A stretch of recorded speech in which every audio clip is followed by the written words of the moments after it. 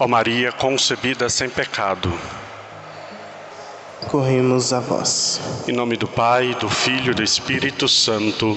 Amém. Os queridos irmãos e irmãs aqui da nossa catedral, também aqueles que nos acompanham pelos meios de comunicação, hoje, quinta-feira, é dia de nós darmos continuidade à nossa catequese semanal. Estamos falando sobre os 10 mandamentos da lei de Deus. Hoje nós atravessamos a metade, Falamos do 5º mandamento semana passada. Entramos então hoje na segunda metade dos mandamentos, o 6º mandamento da lei de Deus. Eu penso que já seria momento de nós irmos pensando próximo tema. Tem muitas coisas para nós refletirmos, Tem os 5 mandamentos da igreja, tão desconhecido. Tem os 7 pecados capitais, tem os 7 dons do Espírito Santo, enfim, tem muitos temas para nós irmos meditando a cada quinta-feira.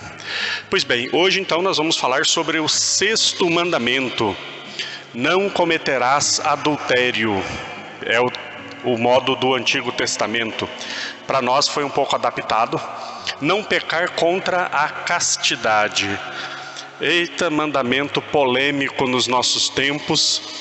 Como é difícil falar sobre este tema, mas como é importante nós falarmos sobre este tema, a castidade.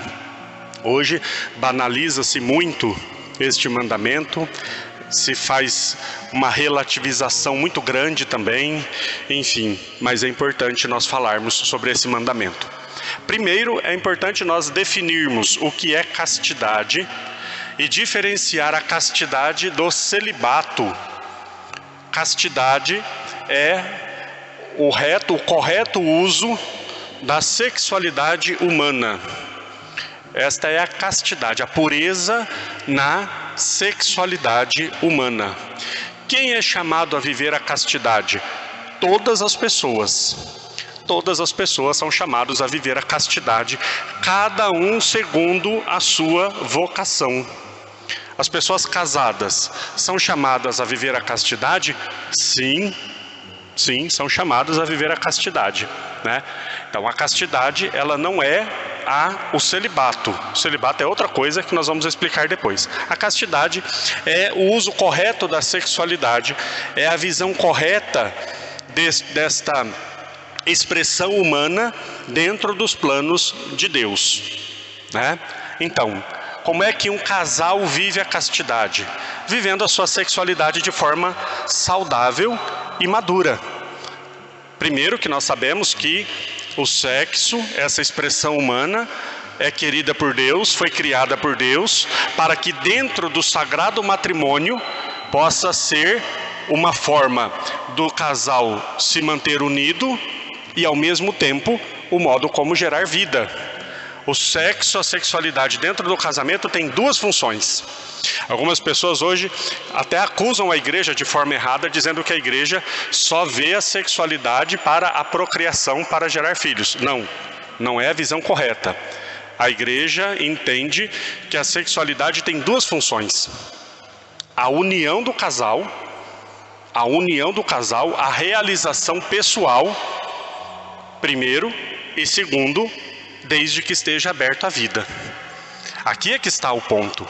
Porque uma sexualidade vivida num casal, mesmo dentro de um casamento, matrimônio correto, se ele não está aberto à vida, ele está sendo feito um uso deturpado para o benefício próprio.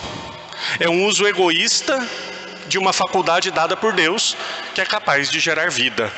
Então, essas 2 condições devem estar unidas dentro de um casal que vive a sua sexualidade de forma madura, de forma santa, de forma casta.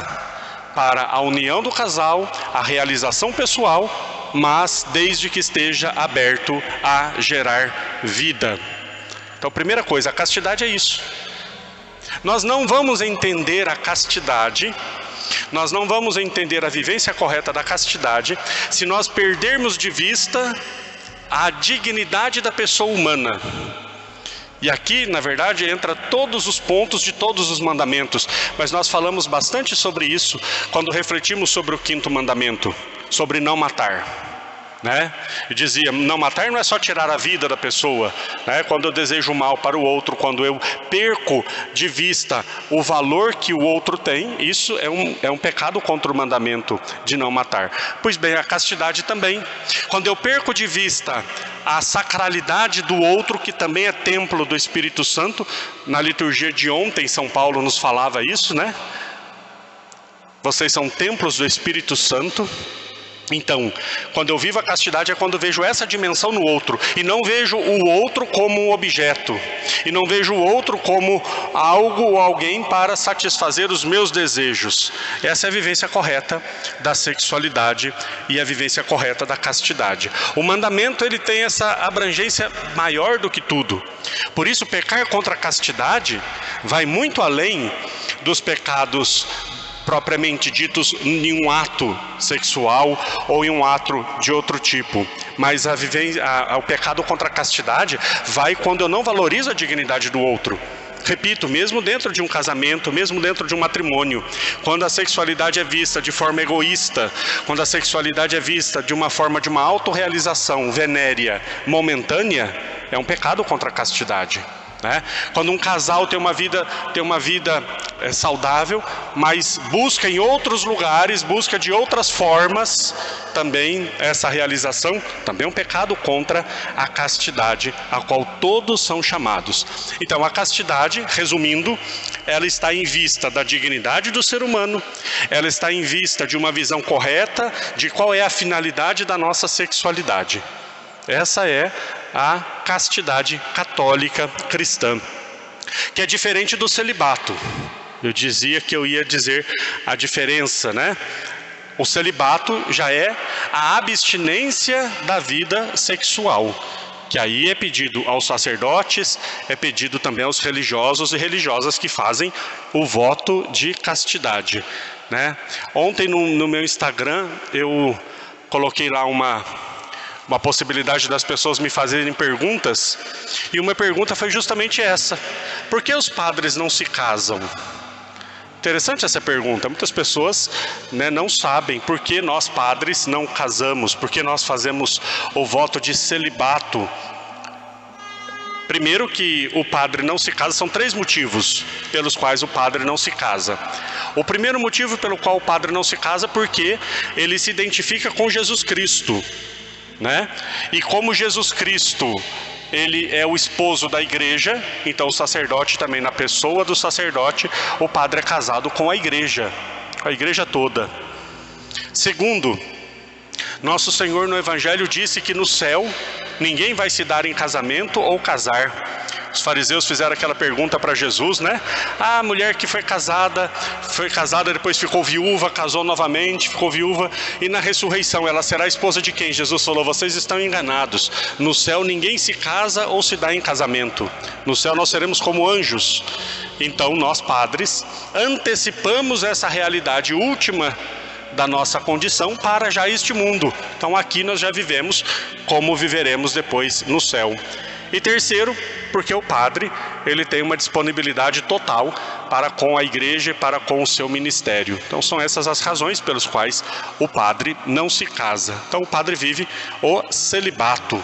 Por isso que é diferente da castidade. Mas ao mesmo tempo, dentro do celibato, o padre deve viver a castidade, que é essa reta inclinação da sexualidade para as coisas que são do reino de Deus. Nós não exercemos, por exemplo, a paternidade física. Nós não somos pais, mas ao mesmo tempo nós somos chamados a exercer a paternidade espiritual. Somos pai de todos.